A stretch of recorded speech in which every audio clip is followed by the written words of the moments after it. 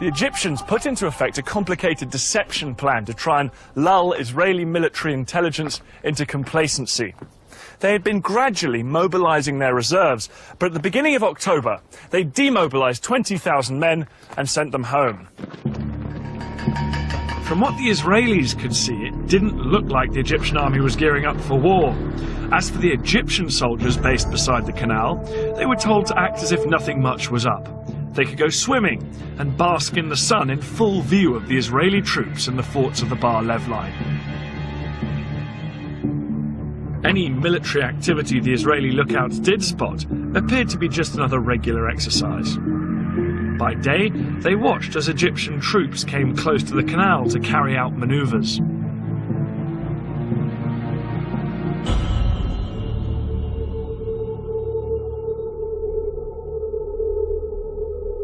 At night, they appeared to head back inland to their barracks many miles away.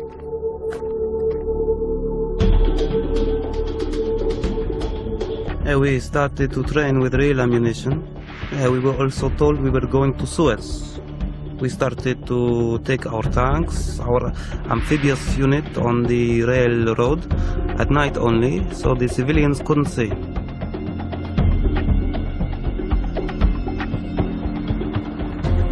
Reports of all this Egyptian activity were given to the heads of Israel's military intelligence.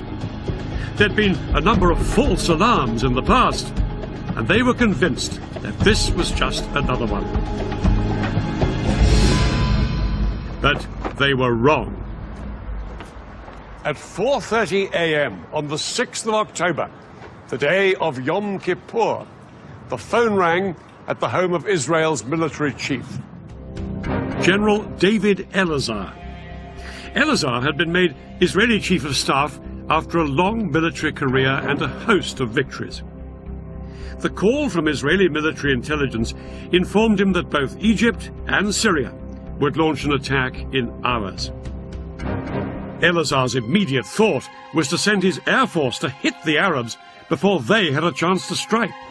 But that decision could only be taken in the halls of power by Israel's politicians, and ultimately that meant one person: Israel's Prime Minister, Golda Meir.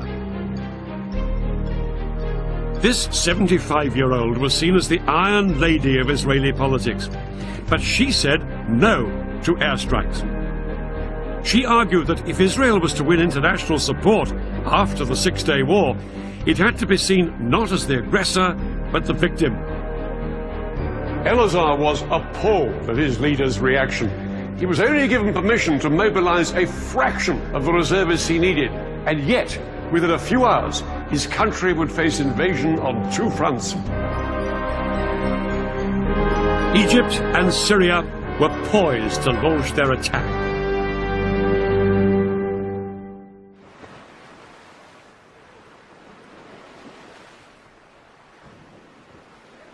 Just before 2 o'clock, the Egyptians put their part of the plan into action.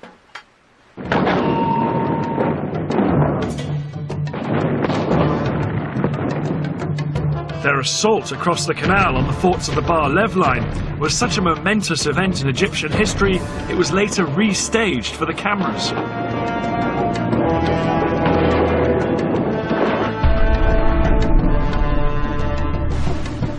Thousands of Egypt's best-trained commandos crossed the Suez Canal in rubber dinghies.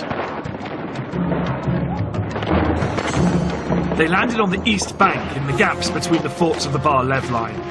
The Egyptian commandos then scrambled up the high sand ramparts. They attached rope ladders to make it easier for the soldiers following on behind them.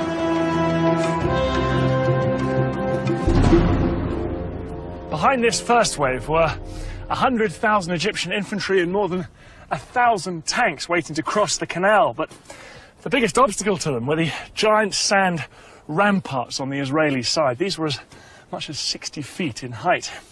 It was impossible for the Egyptian tanks and heavy artillery to climb up and over them. The Egyptians experimented with using dynamite to blow holes in them, but this was found to take far too long. But then one junior engineer officer had a flash of genius. He suggested using high-pressure hoses to blast the ramparts with water from the canal.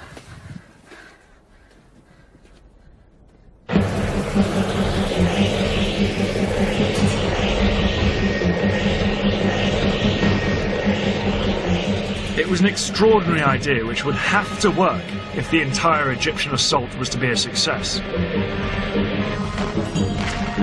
4 hours into the attack, and with fighting raging around them, the Egyptian engineers finally broke through the ramparts, and the first tanks started to pour through. I never believed I would see the day when I was in Sinai. But this was actually Sinai. I looked back at the West Bank and all the green on the other side, and to the east, all I could see is desert. It was good feeling. The eastern bank of the canal now became a battlefield. The Israelis manning the forts sprayed machine gun fire at their Egyptian attackers to try and stem the tide. But within 2 hours, 23,000 of Egypt's infantry were on the east bank, and had advanced up to 1 mile into Sinai.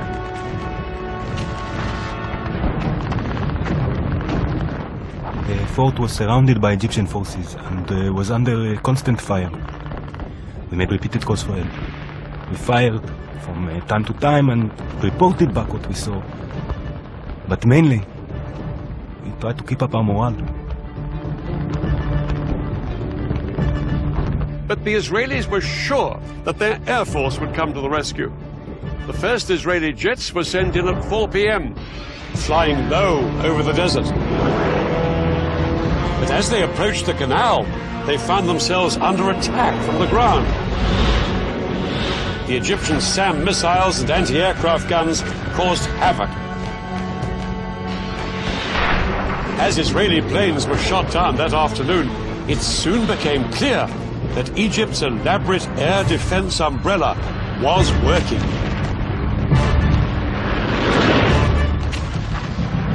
Israel's single greatest weapon, its air force, was virtually powerless to hold back the Egyptian onslaught. The most immediate hope for the Israelis surrounded in the forts were Israeli tanks stationed just a few miles away.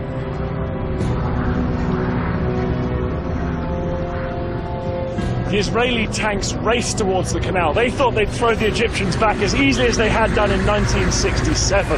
But as they got closer, they found themselves coming under attack from a weapon they'd never faced before. The Saga missile. This Soviet-made weapon was specifically designed to punch through the thick metal armor of tanks. Yet it was small enough to be carried onto the battlefield in a backpack. Unlike bigger anti-tank guns, the Saga could be set up in moments. This lightweight piece of kit was made all the more lethal because the missile could be steered onto its target.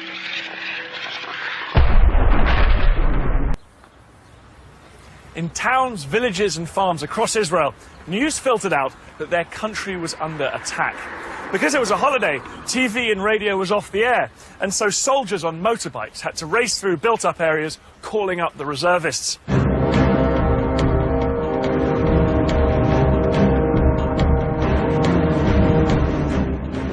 I was in my kibbutz on Yom Kippur when I heard the planes taking off from the Air Force base in the area. I drove with another member of my kibbutz, who was also a company commander, to our assembly point. On the way, we said that whatever was happening, we'll probably be back home in a day or two.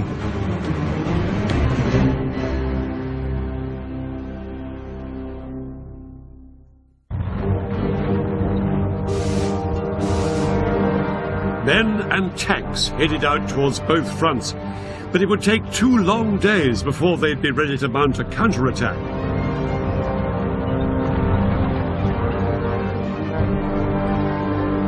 Then, on October the 8th, David Elazar announced to the world that his army had finally gone on the attack. This morning, we started our counterattack,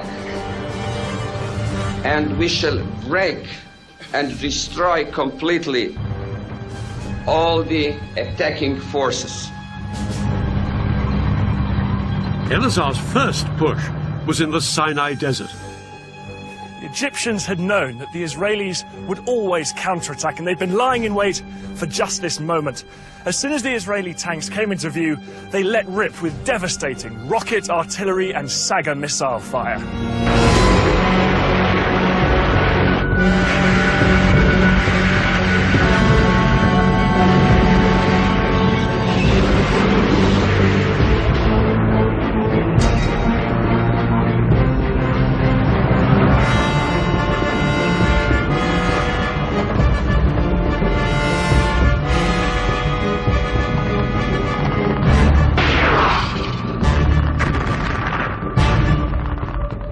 The Israelis suffered heavy casualties all day.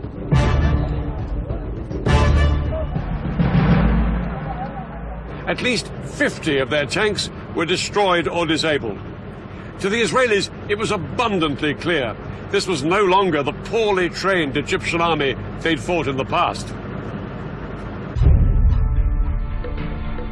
By the end of the day, Israel was facing catastrophe. Israelis had believed that once their army was in place, they would be victorious. Now they had to face the shocking truth that this hadn't happened. Prime Minister Meir sent an urgent request to the Americans, begging them to resupply the country. Under attack on two fronts, Israelis felt their country was about to be squeezed out of existence.